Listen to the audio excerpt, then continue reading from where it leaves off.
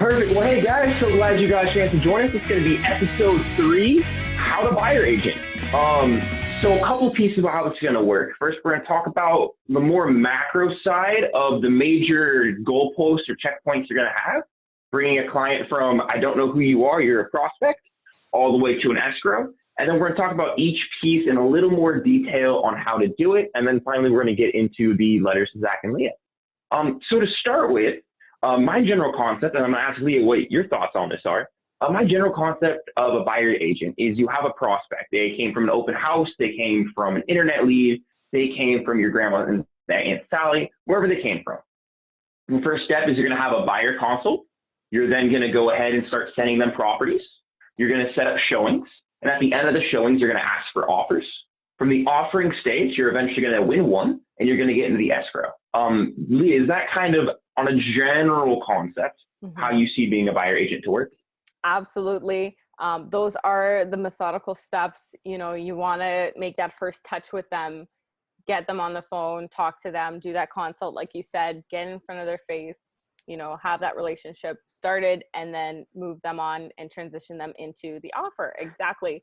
Now, you talk about escrow. I'm going to talk a little bit about what that looks like on our end as well, just, you know, because we have it a Canadian little bit escrow. here. But let's talk about some top tips after we kind of break it down on how to really capture and keep that relationship going. Because at the end of the day, there are a lot of buyer's agents out there who could be doing your job. And how do you create that meaningful relationship with a client and show them that value so that they're going to stick with you through the entire process and not go to the listing agent, not go to another agent who's also sending them listings? How to create that connection there. But we can pass it off to you if you want to first talk about where we find these buyer leads. Yeah. Well, let's talk about the buyer leads in a second. You brought up a very major point, which is why should someone work with you? Yeah. Right. And there's a couple of pieces. I think that's achieved kind of two parts. One is client education. And I mean this both in just what is going on. You know, for people that aren't in the industry, there's a lot of terms, a lot of jargon that doesn't make a lot of sense. There's a lot of numbers. This is a very big purchase. And just understanding, one of the things I do at the end of a buyer consult is I send them over an email, and it's just copy and paste, I use it over and over again, called the Introduction to the Home Buying Process, where I typed out a general concept, a 5-step process of going from I like houses to I own a house. There's not tons of detail. Really, the idea is that I'm showing for them the storyboard of what happens when. The next part is on the client education side is what they can expect from you. When they're expecting certain follow-ups, depending on just how active they are, it's a minimum of once a week. I'm reaching out to them. And depending on how active they are, if they're pre-approved, they're interested, I could be talking to them 3-4 times a week. So you keep building the relationship that way and not letting them sit. How do you go about that?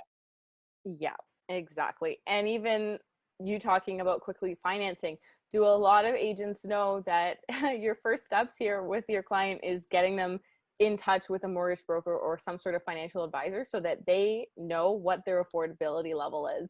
And so it's not wasting anyone's time, and you can direct them accordingly so that no one's expectations are not met and it's realistic. Because at the end of the day, we know buyers, you know, they want the perfect home, and we're here to facilitate that within your means.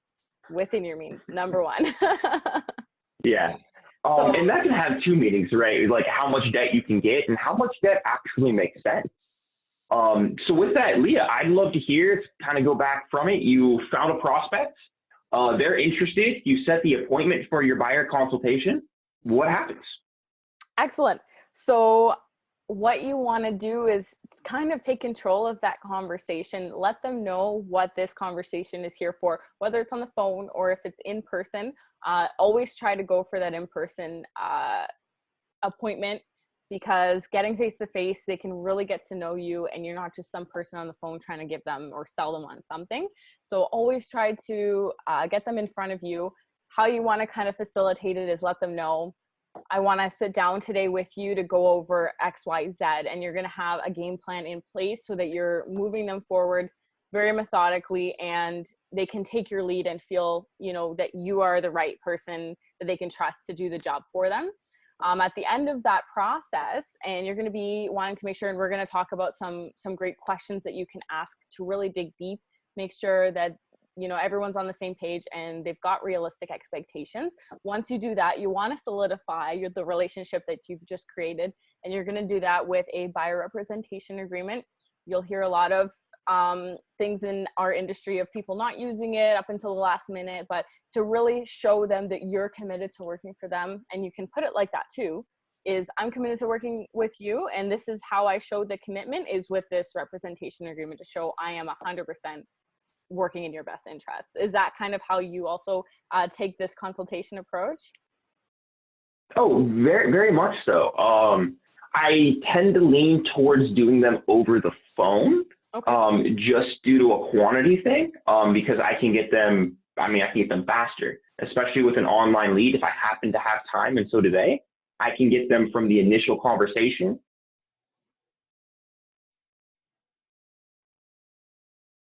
set the appointment, and get them. With that said, in person is always better. I loved everything you said about that. So I guess on the tips and tricks of it, I like to start with the phrase, so what I like to do is called a buyer consultation. Now, the goal of this conversation is for us to talk about, one, what is it you're looking for? Things like beds, baths, price, and location. Beyond that, we can talk about how the market's doing and the wonderful world of finance. Does that sound like it's a good use of your time? Perfect. So let's start right there in the beginning. Paint that picture for me. What are we looking for? And a big part of that is, I like that line because it opens them up to dreaming, and it's an open-ended question where they can just start talking. But a big part is, especially in the beginning, you want to hear their dream and what they're looking for. We can bring reality in with the lenders and see how everything else works. It's getting them to talk, because if you get them to talk, you reaffirm everything they say, then they're going to feel a lot more trust with you, because they feel like you're not just somebody they got connected to. You actually understand them, you understand their family, and you're somebody they can trust. Would you agree? Is that kind of how you go about it?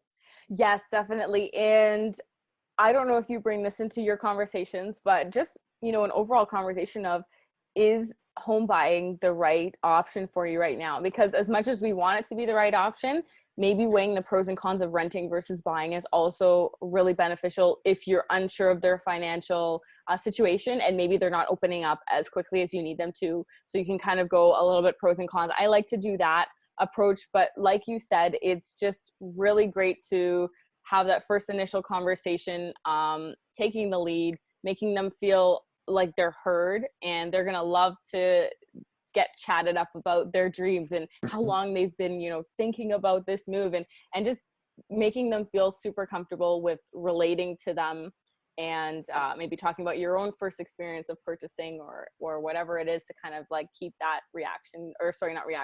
keep that connection going. Completely. And then once you've gone through that and they feel comfortable with you and you understand them, and you're asking all sorts of questions, digging into our school zones important, is access to parks, trails, really getting through it. From there, you're talking about the market, the wonderful world of financing. And then the next major thing you do in the buyer consult is you set expectations. This piece right here is one of the most powerful things you can do to, one, make sure that you stick with you, two, make sure they don't drive you crazy, and three, make sure they have a secure and confident experience, right? It's just setting up the expectation, and then it translates perfectly into getting the buyer representation agreement. And so a couple of things I like to use, this is a pretty short line. It's just, so perfect. If you guys have any questions or concerns about homes, you can always feel free to reach out. I'm happy to help. If you find a home you like, just go and text me the address. I'll put together all the information for you and send it back over. Something to know is I'm looking for buyers for my sellers and sellers for my buyers from 8 a.m. to noon every single day. If you send me a text, I promise you I saw it. I will get back to you at 1 o'clock like clockwork every single time. That way we have that follow-up and we can set the appointment. Does that sound good to you? Perfect. What's your favorite mode of communication? Is it text, phone calls, emails? Perfect. And that sets a precedent that they don't feel like they can just blow you up all morning and then freak out when you don't respond in 30 minutes. Exactly. Yeah. Setting the expectation, letting them know how you run your business and how efficient you are. And also tying into them, right? Hey, guess what? When I'm in the mornings making my phone calls, I'm in a way helping you in some sort of aspect, right? Or potentially, finding you the perfect home. So let me, work uninterrupted to do that. And there's great ways of making sure it doesn't come across rude or anything like that. So you say that you do this during the consultation? Oh, 100%. That way Okay. we're on the same page. I know how they like, I know what kind of homes they're looking for. I know their timeline. I do a little bit of a buyer qualification during the financial conversation, Yes, I was gonna which we'll say. get into with the letters today. Yeah. So I do the financial qualification, and then I set the expectations of how we're going to be interacting, what timelines we're going to be interacting on, and all of that. So from there, everyone is reassured, we're confident, and then we're going to lay out a couple of next steps, which is getting at exactly what you were leading to, which is the pre-approval itself. Yeah, that's a big one. Sometimes they want to take your lead with one of your preferred mortgage lenders. Sometimes this can be a point of kind of hesitation. I notice a lot of the times if I'm on a buyer consultation, figuring out, what their needs are, they don't have any lenders set up. They don't have a bank that they trust to do the job for them. They're looking at their options. You say, hey, I've got a great preferred lender that we work really close with. It's XYZ Mortgage Group. And we would love to have you get set up on a 10 to 15 minute call so that they can set you up for success and see a better financial picture to move forward with your decision to purchase.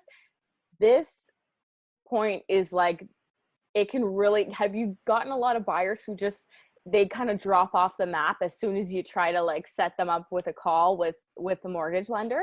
Has that ever happened to you? No, but I think the reason for that is I do a pre-qualification during the financial part of the conversation. Now, obviously, I'm not a lender. I can't get you a loan. I'm not going to give you specific numbers. And I explain all of this like 3 or 4 times over before I start asking them questions. It's about So building it's really yeah. clear. But I ask them what their FICO is. I ask them what their monthly income is. I ask them what their debts are. And one of our letters today is getting into this, so we'll talk about it more then. But then I've got a good concept of if they are even in the ballpark of what they're talking about. Exactly. And if they're not, I'll bring that up then. And I would be willing to bet most of the people that when you go to set them up with a lender, if they have an issue, either they already have a lender, which is fine. I just want to meet them so I can make sure they're giving you a good deal, or they know they can't afford it. In which case, I already weeded them out before we get to that part of the conversation. Would you agree? How does that sound to you? Sometimes buyers on the phone will try to sell themselves as best as they can because they feel like, yes, I'm ready to take this step. And what's great is we are there to facilitate as smooth as a transaction and as smooth as a process as possible. However, you can run into the times where they say, oh yeah, of course I can. And they kind of get their backs up when you start asking them about their finances. So my approach to that is I do try to set up a little bit more of a relationship, have a couple conversations with them, not to come across so in your face. I want to know exactly how much debt you have on your plate and when you bought your car last and this and that. No, I'm not saying you do that. I'm not saying you do that. But I have gotten some pushback from people being like, whoa, that's a little bit personal. But that's what this whole decision is. It is a very personal decision. Let's build up this trust. Hey, it's a part of the process. I'm not doing anything different than anyone else. Trust me, all of your dirty laundry is coming out in this process. You learn way too much about your clients. So I mean, that's for sure. I mean, I think it depends on how you approach the conversation.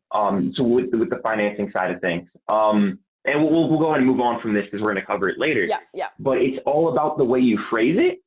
If that's done correctly, I've never had pushback. Confidence. I've had people tell me about their 480 credit score and their $2,000 a month, dreaming of a $600,000 home. Yeah. And then I have to explain that doesn't work. But no, it's on the phrasing. That's not too much of an issue. So let's go on to the next part. You talk to them. They're excited. They get the pre-approval. You stayed in contact, just checking up with them. Checking in. If they're moving quickly, twice a week. If you've been working with them and they've been stalling, maybe once a week. but you've been checking in, they got the pre-approval, they're excited, you're excited. What do you know? Exactly. What do you do now? So if you are like me, I would have gotten a lot of criteria from them, you know, bedroom, bathrooms, all of this stuff, so that I am constantly on the MLS, making sure, you know, whatever new updates are coming out with properties, I kind of have some people in the back of my head as to what's going on in the market, and I'm sure everyone does this. So making sure you're setting up appointments then, right? To go see homes. Mhm. Sometimes people like the approach of kind of window shopping a little bit, getting their input in person of how they feel in a home, what they do, what they can't, you know, live without, what they absolutely need. And sometimes that only happens from taking them through a few homes. It's very rarely that someone's going to walk in the first home they see and like get it immediately, which I have a very good success story with that just recently, but it doesn't happen all the time, and it does take a little bit of searching. Would you agree with that? Oh, definitely, definitely, especially in this market. Um, Mm-hmm. Mm-hmm. Especially in this market, which is just bouncing back to what you mentioned in the consult. Is it time to buy or rent? I ask my clients that, and I ask them in terms of how long do you see yourself here? Are you a flipper? Are you going to move in a year? Or is this a 5-year or 10-year investment? Yes. Because on 5 to 10 years, this is a great idea. Interest rates have never been this cheap. Yes. 1 year, I'm sorry, if I had a crystal ball with the answer, I'd be worth $1 billion already. I don't know. The market could keep skyrocketing for another 5, 10 years. It could crash. I don't know. Yeah. Long term, good idea. Short term, not so much. Yeah, I completely agree with that. Especially with people paying a little bit over market value sometimes because of the inventory shortages. You do want to make sure that your equity is building up over time, and how are you going to achieve that and make sure if you're kind of holding on to that, you're going to have to hold it for longer. So that's a really good point. It is finding out what kind of property this is to them. Is it a, you know, a home? Is it an investment? What are we looking at here? Completely. So on that, I have lots of formulas I use for how I do this. So I'm curious if you have any. So the way I go about it is if somebody is ready to go, they got their pre-approval, they want to write an offer this week, I might go out with them 3-4 times in a week. But typically what I do is on follow-up Wednesdays in the afternoon, I do my, well, actually, I just moved it now to like 11. I do my active client emails. So I'll go through with each one individually, and I'll go find homes for them. I'll try to find 5 that fit all of their requirements, and I'll send them over and say, you know, let me know what you think, what you love, and what you really don't. The better I understand what you're looking for, the better I can help. And then I work to earn appointments for 3 of them in one showing. Mm-hmm. So I set us up to go look at 3. Yes. And then, of course, if they're sending me houses and they're pre-approved, they want to go, I'll take you out 3-4 times in a week. Let's do this. And I'll keep those people in the back of my mind at all times. Yes. But everybody active is once a week. And then on the showings, if you're ready to move on to that side of it, do you have, you know, let's say you've done it. Three homes, would you agree, is about the right amount to see in one outing? Yeah. The thing is, when you start seeing more than that, then you start forgetting what the first one's like. And I do really like to try to keep people on track there. I do ask them, you know, what's your biggest takeaway from this home? Really try to solidify the feelings that they had in each one. But that starts to get a little bit diminished when you go for 5 or 6 or 7 properties. If you're just boom, boom, boom, trying to stay on a schedule, unfortunately, you lose a little bit of that the quality of the appointment and the showing. Would you say that's your approach, and that's why you kind of stick with 3? 100%. It's at a length where I can track it, they can track it, and they can have an opinion. Because here's kind of my goal when I'm going out on a showing. I expect you to write an offer or to correct my criteria. If we go out and look at a house and you say, oh, they're all great, but we don't want to write, then we need to have a conversation. Either you're not serious or I don't understand what you're looking for. Yes. You should be writing an offer at every showing you go to. Not every home, but every group of 3. You should write an offer. And if that's not happening, say twice in a row, it may be time to fire the clients and replace them with somebody that's actually serious. Now, of course, have that conversation and just assume you're wrong, right? Assume you didn't understand what they're looking for. You don't understand their goals. Assume it's on you. But if you've had that conversation, your time is better spent with somebody who actually plans on buying. Yes. Yeah, I agree. And it is a fine line because something could just not be working out that week. Maybe there's not enough on the market to really give you an idea. Like we've been talking about low inventories. So sometimes you do have to kind of maneuver around the different types of markets that we see ourselves in: sellers markets, buyers markets, and then a balanced market. So just depending on what's out there, and if your clients are interested in what's out there that you're showing them with all the criteria that you could possibly, there should be some movement every single time you go see homes. Mm-hmm. And I agree completely. And that's one of the cool things about our market, is there's little inventory, so you should know all of it. You don't really have any excuses. There's only like 12 things for sale. And they're all going to sell by Tuesday. Yeah. So you've got a new batch of things to look at next week. Let's go. Yeah, exactly. So that side of it's working well. And this is a difference in our strategy that we talked about, is I don't take people out window shopping. We've got plenty of online resources, and any home you have a concern about, I put together property reports for you. It's got all the neighborhood crime statistics, the school zones, tons of photos, the tax history, all the information for you. You're welcome to drive by. If we're going to a showing, it's because you're like, I like this, let's go look at it. I like this, let's go look at it. And if we look at them at the end of the third home, or let's get to that in a second. Rewind this a little bit. Let's say you're going out on a showing. You've got the 3 homes scheduled. What do you do to prep yourself for the showing? Because again, being an agent is all about having the information and being the professional. Yeah. So what do you do before? And if you're like me, it's 5 minutes before it's time to leave. But what do you do before to be set up for success? That's a great question. And you do want to make sure you're as prepared as possible. You are the expert. Whether it's in the neighborhood that you have sold or helped clients to purchase in, or it's an hour away from you, you need to be the expert in that neighborhood. What do you do? So like you said, I like to look at neighborhood statistics. A big one for that is whether there's owned or rented in the area. This is going to help you get an idea of kind of the neighborhood pride and how people take care of their investment, if that's the case. So I'll do a lot of research with that. A lot of reasons why people move into a specific neighborhood is because of amenities. So you want to make sure that it's close to amenities, close to schools. You need to find out if they need access to transit, or if they have a car, or if they prefer to walk. So you do want to be paying attention to that and having that information compiled. I love comps, comparables. I will do so much research on what's sold in the area, especially in this market where things are going above asking, and fair market value isn't even what's the list price. You really need to be educated on what fair market value is, so that your clients are happy with their potential offer price and they don't feel like they got duped, or they don't feel like they overpaid or did overpay, right? So comparables are a big thing for me. I do information on potentially the history of the home as well that we're about to go see. Sometimes you can find that on the MLS. Am I missing anything? No, you've got tons of things. I love this. So I don't do nearly that much effort. I like shortcuts.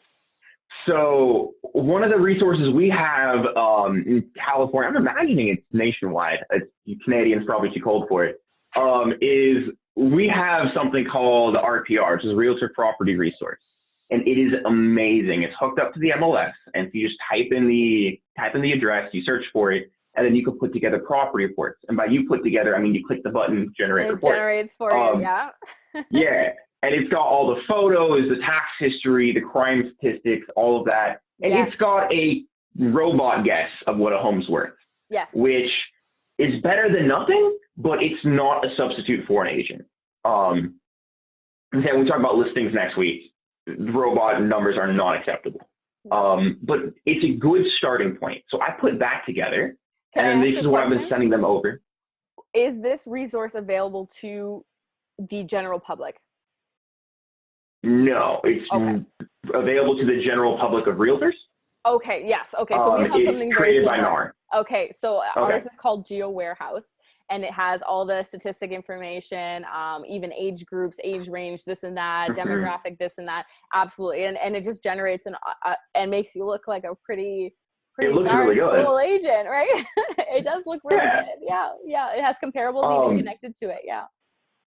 So I use those, and then once we've gotten the showing confirmed, I will, in the subject line of the email, I'll say, our showings for Saturday afternoon, and then I'll send that to that person with just those. So when I show up for the showing, ideally you do this a few days before. Lately I've been 5 minutes before, but either way, you show up to the showing, you open the email, there's 3 PDFs that are ready to go, and you can open it up, and the age of the home, the neighborhood statistics, the price, everything like that, you have right there, so you have the answers. Mm-hmm. The clients, at least in my experience, don't care how much you know off the top of their head. They know how confident you can be in your answers quickly. So cheat, use a PDF, bring the information with you. Other people might call that studying. I like that approach. When it comes time for offers, then I put comps together for my clients. And I will put the comps together and I'll say, let's go ahead and talk about this like you own the home and you were going to sell it. Mm-hmm. Let's find out what that number is. And then we can talk about what we're confident in an offer and what the competition's like. But before I'm going to spend my time and make really good comps and get a really good price estimate, let's see if it passes a sniff test. Let's see if we walk through it and still want to offer on it. So that's kind of my thought, trying to streamline the workflow to keep me on A time, which is time face-to-face with clients asking for offers. Everything else, everything that theoretically could go to a different person to do, I'm going to only do it when I need to do it. And I'm going to outsource it as soon as possible. Leveraging what is your thought on whether that? or not, leveraging whether that be, with your team or through some sort of other assistant, that's great. Our approaches are a little different. I'll quickly bring up. So as long as I know that the client is going to be qualified or is in the process of qualifying, I want to capture their attention. And if I haven't done a buyer consultation in person, I am going to set up some face-to-face window shopping opportunity just as a meet and greet, just to solidify our relationship and then share information on general vicinity of what they're looking for and stuff like that. So at this point, they've probably already said, I really like these. It's in the price range I want to stick with. And I've done some sort of research or have sent those properties to them myself. And so therefore it's not 100% of a waste of time because you are getting in front of them. It could end up working that because they have chosen these properties, they're interested and they're going to want to put in an offer, or it's just that initial conversation that you've had with them and an initial touch. And I see that as a win. I will go that extra mile and I'll do a little bit of window shopping. Some people will say maybe it's a little bit of a waste of time. I will not do it if you're not qualified, but I do want to get in front of their face. There's so much competition. Let's get started on a face-to-face relationship. I feel I would be more comfortable meeting someone first and then kind of going along that process. And that's why I will go that extra appointment mile just to window shop with them the first time. I won't continue to do that with you. I want to get down to the point and, laser focused moving forward, but let's just meet, especially with maybe restrictions right now. It's hard to meet with people in an office setting or for coffee outdoors, right? So I will take that approach. Definitely. No, I love that, and I will do it sometimes. Now that you've described that a little bit more. I will do that sometimes, kind of depending on the speed of the client. If they're going and they got their pre-approval, because I will do the buyer consult, period, full stop. Buyer consults first. But if they're serious and they're getting their information to the lender and like a day later, they're like, all right, we got the documents over. Is there anything else we need to do? I love this home and I love that home. Yeah, I'll go take you out because you're going to be pre-approved in a week. So we can knock out our first round of showings. We'll know exactly what it is, not solidify the relationship. But if the person's like, oh, I haven't quite gotten the pre-approval paperwork in and we're going to get to that probably this weekend, then no, you're going to be pre-approved before I go spend gas and time. Yeah. So that's, as a new agent, right, you just want to put yourself out there and have that relationship. And maybe it's something that I'll have to slowly weed out a little bit more with how I am spending my time. You being in it a little bit longer, you've probably found a good balance of what that looks like. Well, it's a lesson that I learned fairly quickly. So I had my first escrow within a month of being licensed. Ooh. And I was going out with this potential buyer, and he didn't quite have his pre-approval together, and he wanted to look at properties, and he wanted to like tell you an hour beforehand and insist everything gets together. And this is how is this a high-end buyer or low-end buyer? Just take a guess. Oh, always. High-end buyers respect their time. Oh, yeah. Low-end Exactly. buyers don't. No. Right. So, he's a low-end buyer, and he wants to go look at this property and that property. And I showed him how much better he could do, changing loans. I was providing tons of value. And he was still wanting to work with other agents. And I was trying to get him lined up to get the buyer broker. He didn't want to sign it because he felt like he was limiting his options. He also said that, as a teacher, he wouldn't sign on for a semester with another teacher, agreeing that only one of them is going to get the salary. So it was just a very self-centered, low-ended, high, like he wants to hit me up, he's going to hit two other realtors up and wants us all to jump at the same time, whoever sets the first showing. Ooh. And it was really hard for me because this is like my most active buyer I had. Yeah. But I fired him. And I fired him and was then available during the appointment I had set that afternoon when I had an online lead come in that turned into my first closing. And the only reason I was able to get it was because I had fired him and cleaned up the time. So you definitely want to be available for your buyers and for your sellers. And this is a very time-intensive job. At the same time, you need to respect your own time as a professional so that you're available to help the people that actually want your help. Yeah. It's just this fine balance of, are they taking your time seriously? Are they just excited and want to run wild? And sometimes you got to pull in the reins a bit. And there's, no intentions to not do the job properly. And you just need to lay it out there. Hey, I'm here to do an efficient, effective job for you. If you want to go drive in a city 2 hours from here for the entire Saturday just to check out the neighborhood, I encourage you. I am here. If you have any questions about the neighborhood, go and just try to direct them in what you're. But I'm not spending my weekend on a wild goose chase driving around some city with you. No. Oh yeah, I've learned as well. I've not dropped clients that should have been dropped like months ago, unfortunately, and it's just a learning process. You're gonna weed them out your way. So, did we touch on appointments pretty well there? Yeah, I think that was solid. And then the last thing I want to talk about as far as showings go is, so you see the three houses. I'd love to hear what you say. But generally at the third house, I'll carve out maybe 5 minutes. Because again, this is all about being efficient with your time. In an hour and a half, I'll look at 3 properties in 3 totally different cities. It's 10 minutes in the home, jump back in the car, 30 minutes to the next property. We're trying to use everybody's time efficiently because I respect my clients and they respect me. Mm-hmm. And that's with that mindset, it doesn't come over as rude. Mm-hmm. So we get out of the third property and then we'll finish talking about that. And it'll be like, all right, guys, what do we think? What's your favorite one? What did it right? What did it wrong? And we'll talk it all the way through.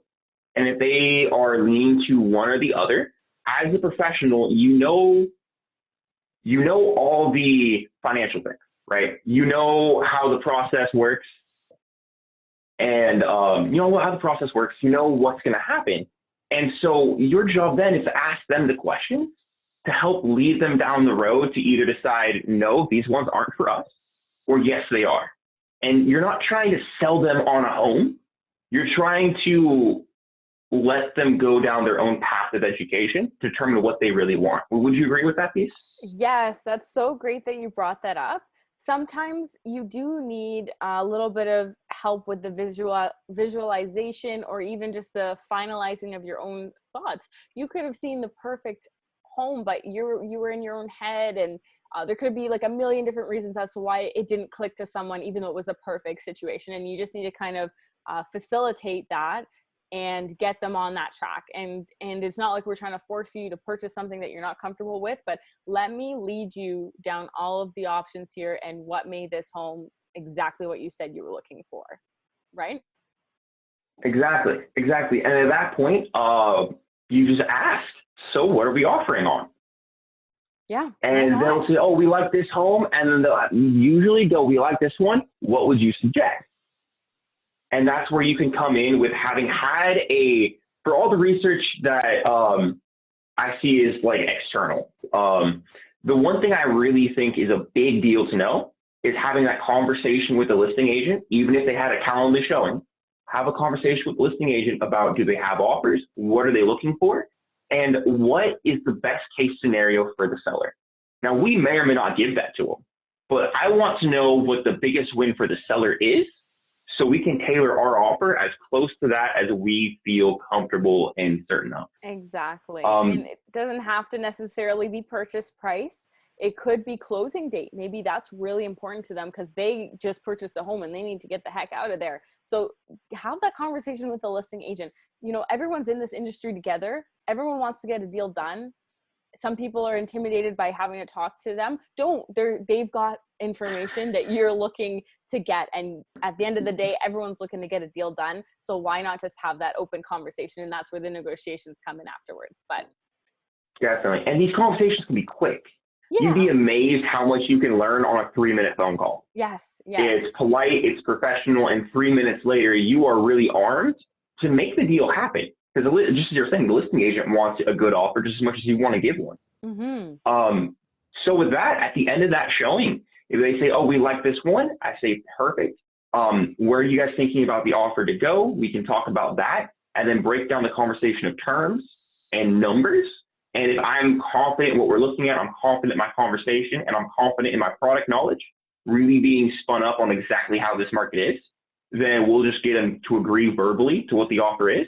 And I will get that done on my computer, in my car before I leave. It'll be DocuSigned over to them, and we're good to go, wrote an offer. Exactly. If I'm not as confident, then I'll go put together a CMA for them and show them the numbers so we can work out where our offer would be. And that's more if you have more time. And if they say no to all the homes, then it's going back to the criteria. What do these not have that you need? Mm-hmm. Mm-hmm. Is there anything else you do for that? Yes, just in terms of the offer and just kind of talking about what to expect, what's in there, right? We've got legal names and the amount of your deposit. These are all conversations that you're going to have, right? Deposit, you're going to do your research on the purchase price and see what the seller potentially is comfortable with and what their expectations are.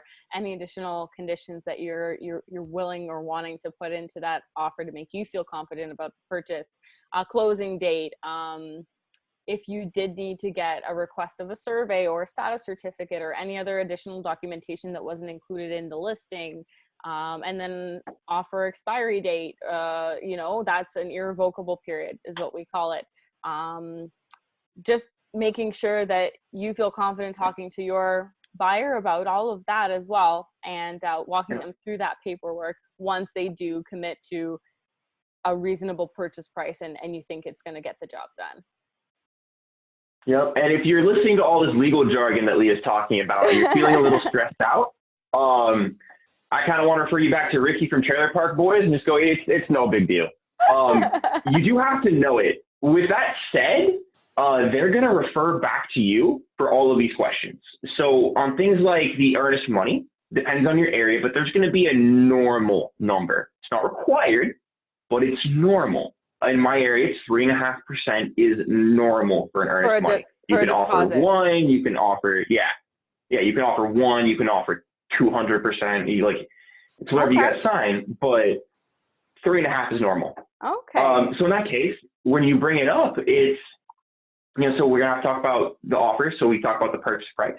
The next big deal is going to be the terms, and that's what we're getting into. But the big one is timeline, right? How long of an escrow do we need? You should know vaguely what the lender is going to want, so you know your minimum. And then knowing about the seller, you can determine, do we want to lengthen this or shorten this? So that's a pretty easy one for them to get them to agree to. It's just a conversation. And then the next big piece is the earnest money. You ask them what they want to put down. They go, I don't know. What do we put down? You could just say, well, normal here is 3.5. And that money is just being put up to secure the deal. Should we break contract? As long as we're within our contingency period, we're good to get the money back. And they go, okay, perfect. Let's do 3%. I have a question. So that's an easy thing to get them to go through. On your MLS listings, when you look through a listing, do they have a deposit expectation, and do people put that down? Sometimes, Okay. but again, the offer is going to be what the offer is going to be. Yeah, yeah. So that's if it's there, it's good information to know. It's very good information to know. Typically, it's not. It's just normal Okay. 3.5. I had one deal go in with a 0% EMD.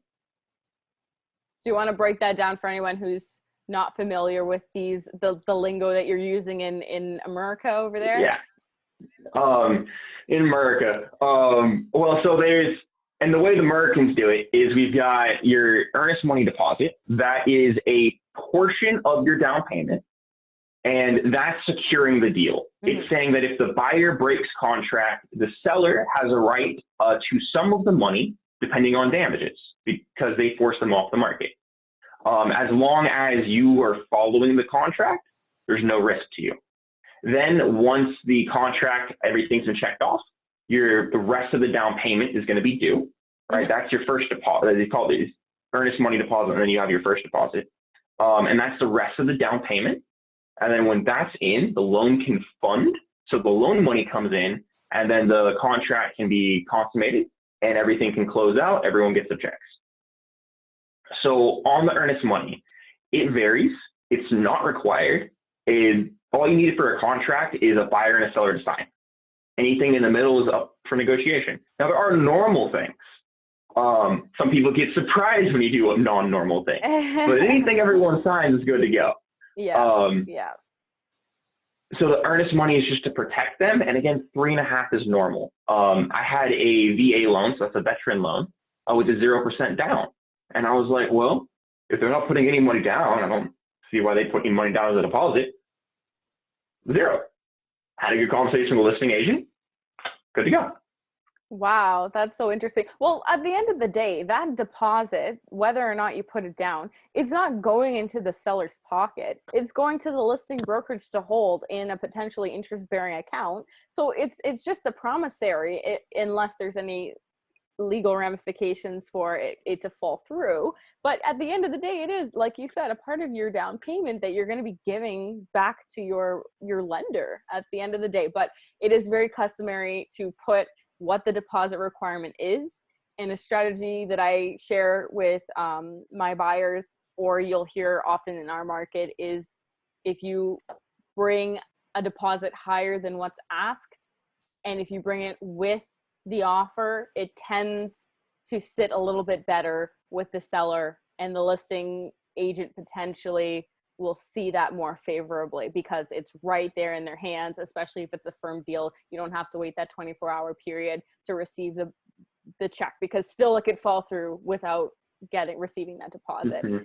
So I highly recommend to my clients, go in a little bit higher with your deposit. It's going to go towards your purchase price anyways. Do it in good faith that it's going to look stronger, and it has worked out. It depends on the situation. That can be a really good strategy, especially if you can't compete as well on price. Mm-hmm, mm-hmm. Now, in this market, they're really concerned about price, but a strong EMD does say that, hey, we're serious and we really will close. Yeah.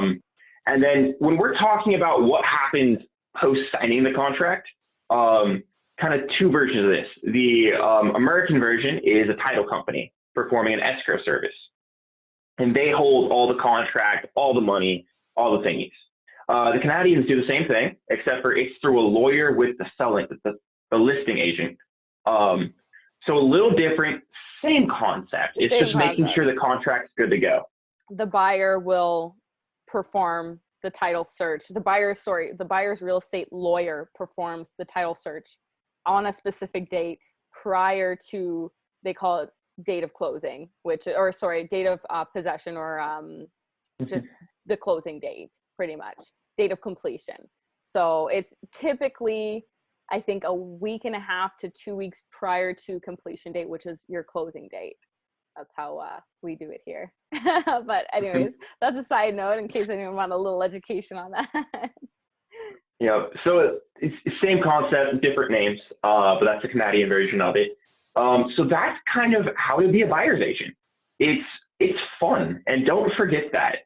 Like you're going out with people, looking at bay windows of yards and just like imagining what life could be here. Yeah. It's kind of fun. Enjoy it. So, do you have anything else to say about how to be a buyer's agent? Like you said, just enjoy it. The what I love about being in the position we are, facilitating these, is the fact that your day looks different every single day. Just enjoy that and soak that up. You get to go through homes and even pick up what you like, you know, in your future home, and pick up little tidbits. You become such an expert as well in going through a home with a client. Like, you know how much I learned about furnaces and wiring and amp boxes and everything. Like, you can read all that stuff on paper, but going through a home and actually like seeing it and making sure that everything's, you know, I mean, again, we're not the 100% experts and always get an inspector to make sure that everything is in line, but just that general knowledge of the home process and home maintenance process has blown my mind since being in this industry as well. But last notes there, just negotiation, right? That's going to be the last part. That's what you're hired for, is to negotiate the best deal in the circumstances in the market, for your client once an offer is submitted.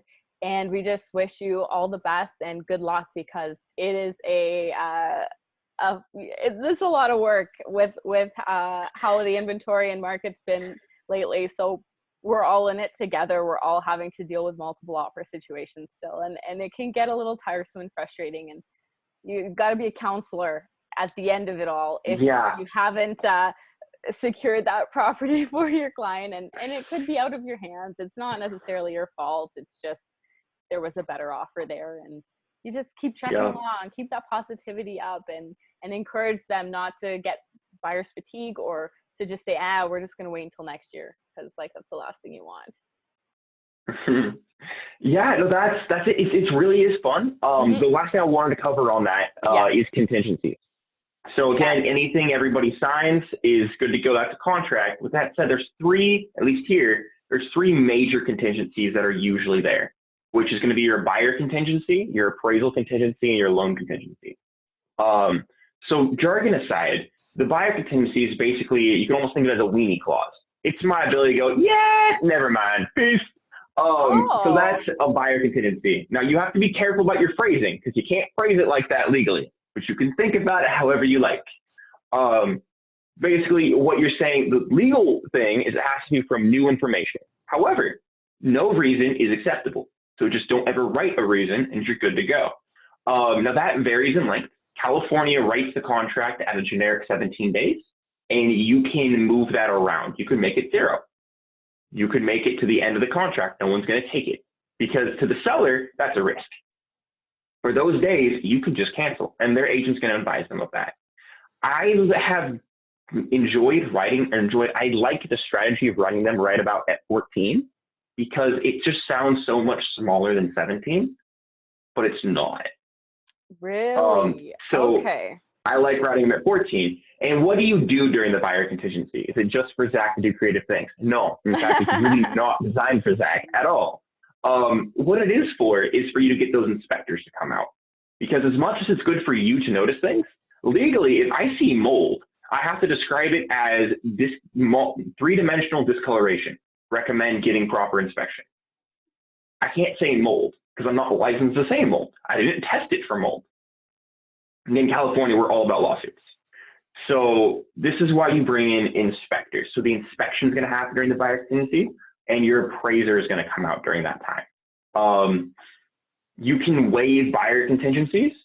My broker, and probably your broker, is going to require you to have them sign a waiver saying that you recommend they don't. Yes. Going in firm on something, you do want to make sure that you're covered and that you potentially advise them against that, because I do firmly believe that some sort of contingency or condition is really good to protect you. You don't want to go in blind and then find out, I should have gotten an inspection because there's water damage and it wasn't disclosed, which is another issue on itself. But we don't have a buyer contingency like that.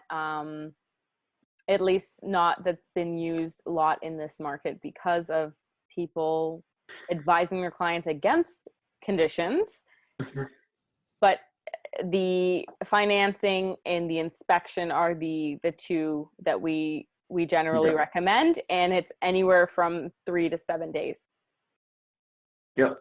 Yeah, exactly. And their buyer contingencies are getting less common here, but it's risky because if something happens, they can turn around and sue you because you were their representative, and now they're locked into a deal on a home that they didn't know had bad things, and you want to go turn that on to the inspector, except there wasn't one. Yeah. So that can really blow up in your face. The next piece is, so for the loan and the appraisal, they're pretty straightforward.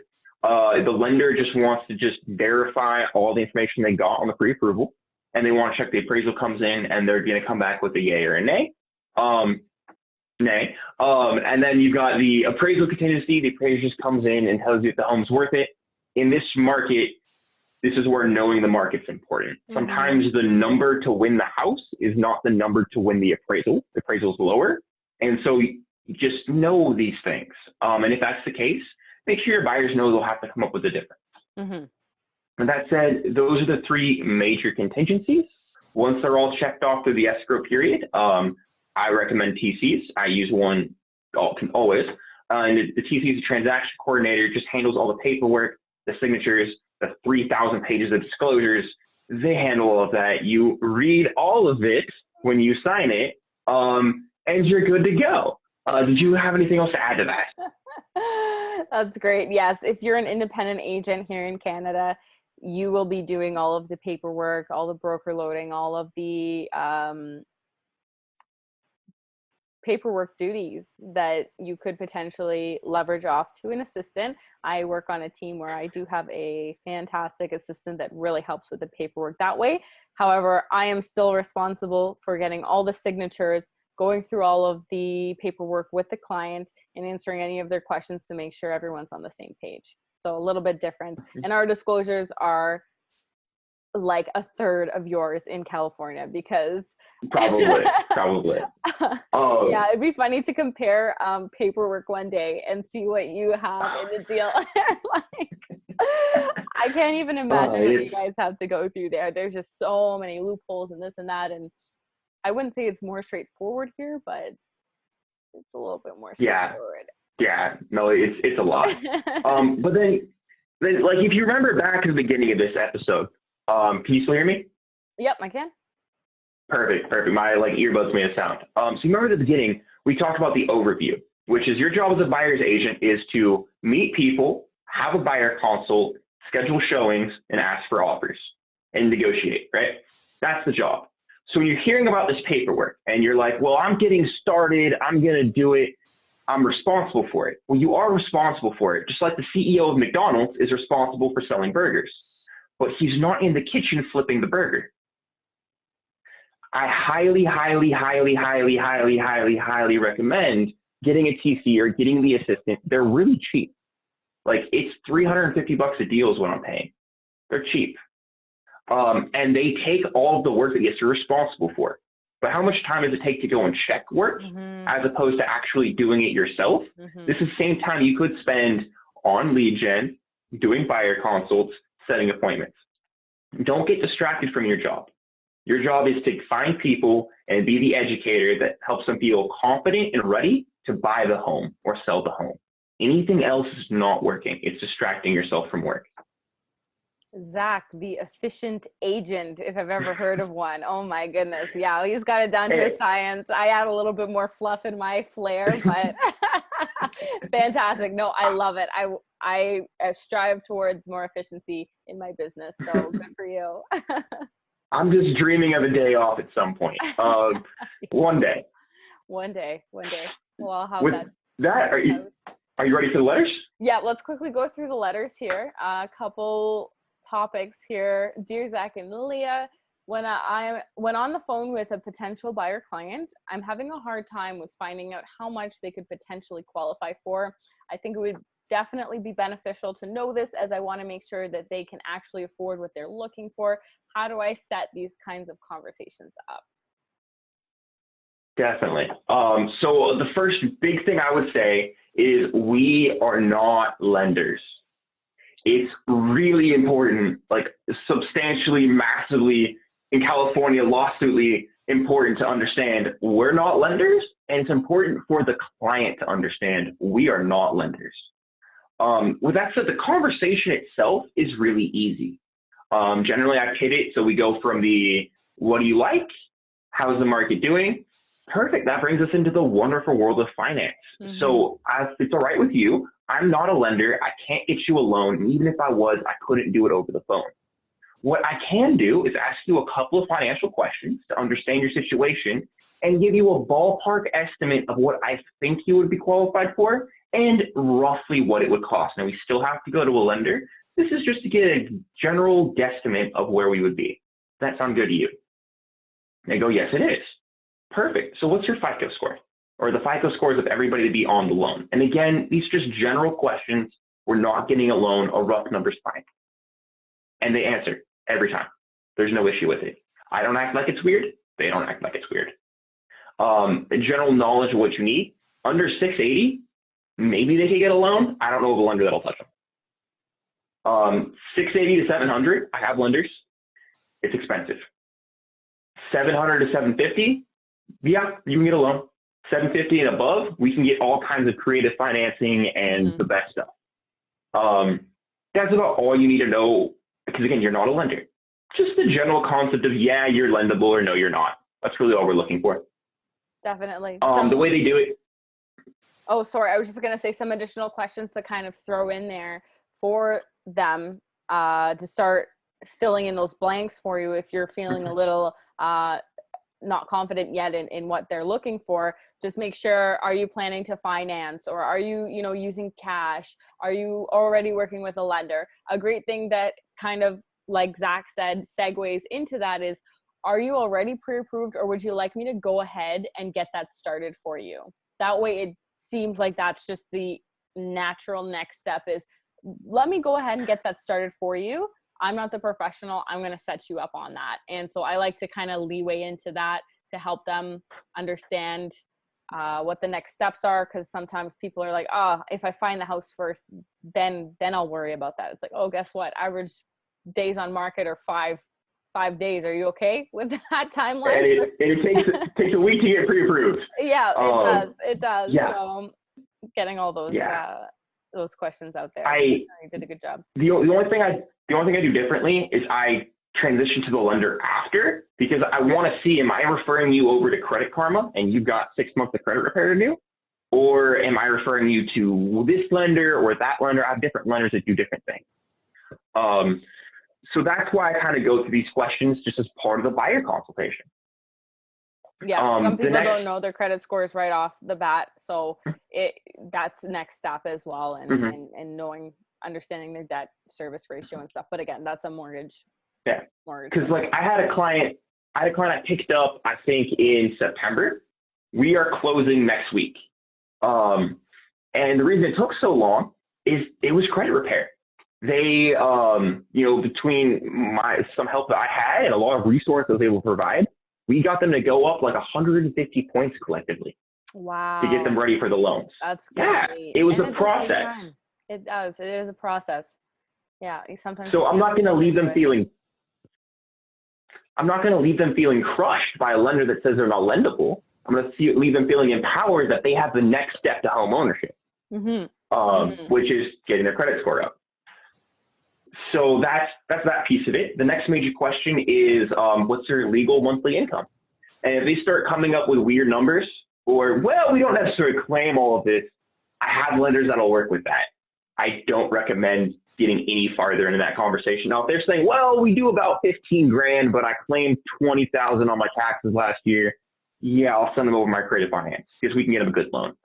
Short of that, starting to get a little touchy. But you find out what their monthly income is. You can cut that in half and then divide by 600. And that's a general guess of the amount of debt they can take on. Now, you don't even tell them this number. This is very important. You don't tell them the number. We're not pre-qualifying them. It's so you can go, you want $1 million house and you're probably going to be qualified for 400.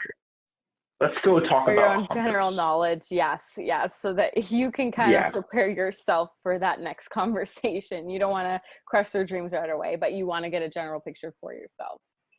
Yeah. Do you have anything to talk about the finances side of the conversation?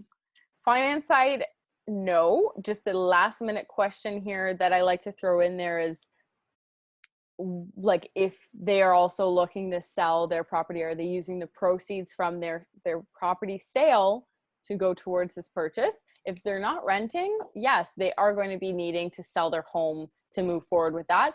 And that's going to segue us into what it means to be a listing agent for, is it next episode we're doing that? Yeah, next episode, listing agent. Yes, listing agent. So sometimes you get to have conversations with buyers who need to sell their home as well, which is fantastic. Why not help them with both? But that's another conversation for next week. That's my finishing touches on that. Do you want to go on the last question now, or did you have anything else to add there? No, let's do it. On to the next letter. All right, really quickly here.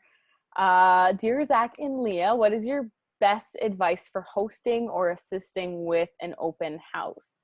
This takes us a little bit out of the conversation realm, more into the agent realm, agent duties. I mean, open houses are fun. I'd love to hear your thoughts on it, but they're pretty straightforward. They are. We haven't had them for a while, so we're all very excited when things can open up and we can start having open houses as well. What I love and like to highlight to mentally prepare yourself for an open house is you have people going like this coming into the house. Hey, I'm interested in something, in some sort of realm. It could be on the sell side, they're wanting to know what it's going to go for. It could be on the buy side, they could just be curious, and their neighbors. Every opportunity that walks through that door, or I should say every person that walks through that door, is an opportunity to have lasting conversations and relationships for a transaction in 3 months, 9 months, 5 years, however long you would like to stay in contact with them. It's an opportunity. Would you approach and kind of mentally prepare yourself the same way? Oh, 100%. 100%. It's a lot of fun. And yeah, you're meeting people. And there's a reason agents will escort their buyers to open houses, is because a good open house agent will steal them. So side note, don't send your buyers to open houses. Don't do it. Bad move. Yeah. Because a decent open house agent will steal them.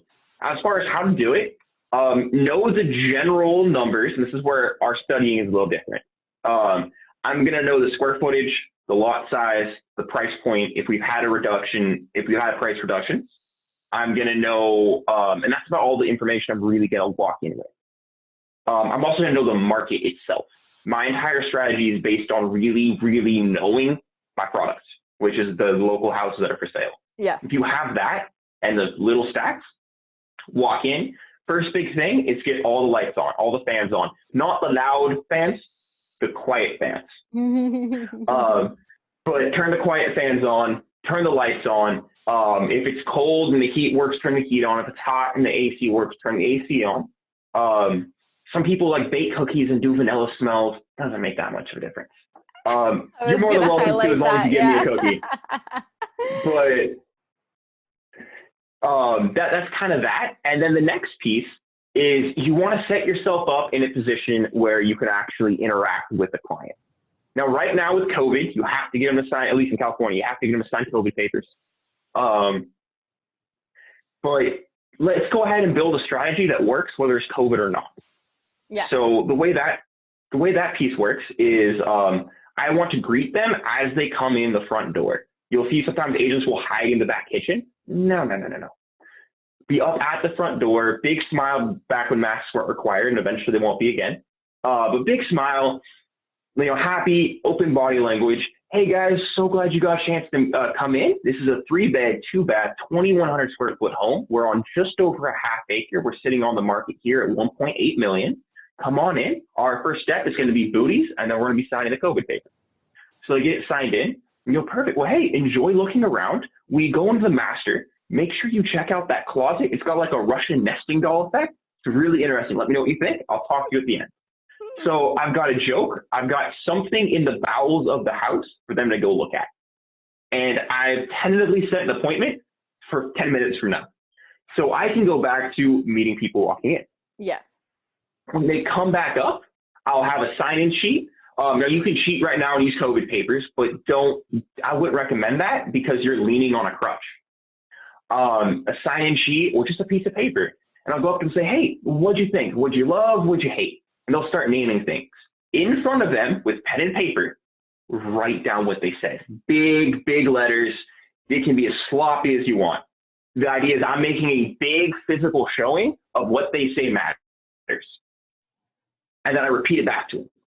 So within about 3-4 minutes, we've somewhat done a buyer consult, right? What they loved, what they didn't love. And if they say something semi-negative about the home, if it's true, agree with them or point it out. Don't try to, they're scared of someone trying to sell them something. Be there as a guide. Yeah, honest and a guide. And if they love this home and this works for them, ask if they're ready to put in an offer. If not, say, based on what you're saying, have you guys seen 239 Sycamore? It's just like this, but it's got that more usable yard you're talking about. I leave here at 4. Let me make some calls. We can go see it at 5:30. Perfect. And then I'm going to set that appointment before they leave. I get the appointment, have them mark down their number and email, smile, wave, they go out, next person. You should be able to get, if you're really doing this strategy, 30+% conversion ratio. Now over time, sometimes you'll have open houses where just nothing works. But I was averaging in the mid to high 40% conversion of people into appointments out. Just by hitting the strategy right, the syntax. Nice. Do you have any other thoughts about it? I really like that approach, and that's a little different than what I kind of approach it as. I think that really segues into a great way of keeping that relationship and then moving on to another place of contact, which is another place. And even if that place doesn't work out or they were a year out, you have now a commonality to draw from. You'll keep that in your notes, keep that in your CRM, input all their information, and recall that next time you need to have some sort of value or something to say to them, right? And I'm not the creepy, smelly dude at the one house they walked into. I'm their agent. Yeah. So even if they couldn't make the appointment that day or we couldn't get it set up, I'm now transitioned from the guy that tricked them into giving their info to their agent. And it's that paradigm shift in their mind that we're really looking for. Yeah, definitely. And like you said, let's do a big meet and greet at the door. Welcome them in as non-salesy as possible. Like you said, shift your mentality here as you are the guide. You're here with information and you're here to facilitate a nice interaction in the house. Mm-hmm. So take them through that way, set them up with the right information. Don't be too much in their face with a lot of information either. You want to give them some breathing room. And that's what I loved about you saying you had your little, 5 minutes, 10 minutes with them and then you left, because then they can kind of do their own thing and you just kind of facilitate it that way. I love that you had the information at the end. What you'll notice a lot of the times is, and it might be a requirement, here is, hi, we just need you to sign in as to who's been here and who's not. And sometimes we do that at the beginning instead of the end in case we miss them on the way out. But I love that you're able to catch them at the end and say, what did you like? What did you not? What's your information? Let's go see blah, blah, blah. So we have to also ask for consent as gathering their information and following up on a potential email and stuff like that, which is just, a side. Yeah, but you just ask for it. You don't act like it's weird. They don't act like it's weird. Yeah. Hey, what's your email address for this? Yeah. Yeah, and then just as a general concept, think of yourself almost like, I love that you said tour guide, almost like you're a tour guide or somebody working at like a vacation resort, right where you go from the zip line over the shark tank and into the whitewater rafting, right? So you're still almost like a puppy, right? Hey, so glad you guys got a chance to come here. We got a 2-bed, 1-bath, to 800 square foot home. It's lifting over a cliff. It's got a little tilt to it, kind of interesting. Go check it out. We can go over these extra reports later. That little hit of energy makes all the difference and really gets them to actually talk to you on the way out. Yeah, again, like your energy on your phones. have energy in person too. Be happy to be there. Yeah, it might be on your Saturday or Sunday, and you can think of a whole other reason why, you know, you shouldn't be there and blah, blah, blah. Get that out of your heads. You're here to make meaningful relationships that will potentially allow you to transact with them later. So I love that aspect. And I feel like I don't need to add anything. Like, that's exactly the points that you need to be focusing on when you're doing an open house. Perfect. Well, I guess that's it, guys. Just do it. They're easier and a lot more fun than you might think. Yeah. Get, and if you want, have an assistant with you. Sometimes it really helps if it's a little bit of a busy open house and you need to kind of direct and have some, like you said, a syntax of what this, like what it's going to look like going through the home. So have an assistant with you. It really helps with the sign in, really helps with just having those conversations and making it feel not so awkward with the one-on-one and, hey, you're the only people in the house now, and I'm just going to direct all my attention and be with you and just follow you around everywhere. And no, just easy going. You'll find out why they're there. You'll have those light conversations with them. You'll find out what their motivation is just through casual conversation, and let them talk again. Yeah. Let them just talk. And if it is a slow open house and there is just one group and it's a bigger house, I still have the high energy. Here's the home. Sign this, put the booties on, you're good to go. And then once they get out of my sight, I give them like no one's there, no one's coming. Count to probably 60 or 80, and then start moseying in behind them, and then ask them what you guys think of that. So you don't want to be breathing down their neck, but take the advantage that you've now got them on a showing. Basically, if it's just them, it's just, I'm now your showing agent. But let them go away, and then you come back and check in. It doesn't have to be that long of a break for it to feel like a new thing. Yeah. And tip for newer agents, try to get accepted to come along on your team's open houses as much as possible. It's going to really perfect your skills with conversation. You're going to be able to you could shadow the person whose open house it is, that listing agent. You're going to learn so much and soak up so many different skills that way, and do it as much as possible. You're going to have some fun doing it. And it's pretty much a lead generation activity, right? Just do it. Like you said. Definitely. And then shadowing can be great. Don't be afraid just to jump in and do it. Like, nothing's going to bite you. Okay, there have been some security issues, but like, other than that, nothing's going to bite you. Nothing bad's going to happen. What's the worst that happens? You get tongue-tied and you like, okay, you didn't get that client. One. Cool. On to the next. Just do it. I love that. Exactly. Just jump in. It's okay to make mistakes. There's going to be 5 million other open houses that you can attend. And just like a phone call, they won't remember you in an hour anyway. No, absolutely not. Especially if they're not interested in the house. Completely. Well, hey guys, thank you so much for joining us. Next week, we're going to talk about how to be a listing agent.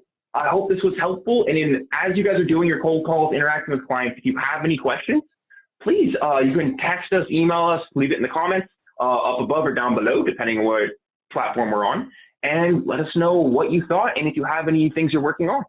Yeah, we love to hear back from you. It's always great to interact and not just be people on a screen. So thanks again for watching, and we'll see you next time. All right. Thank you, guys. Bye-bye.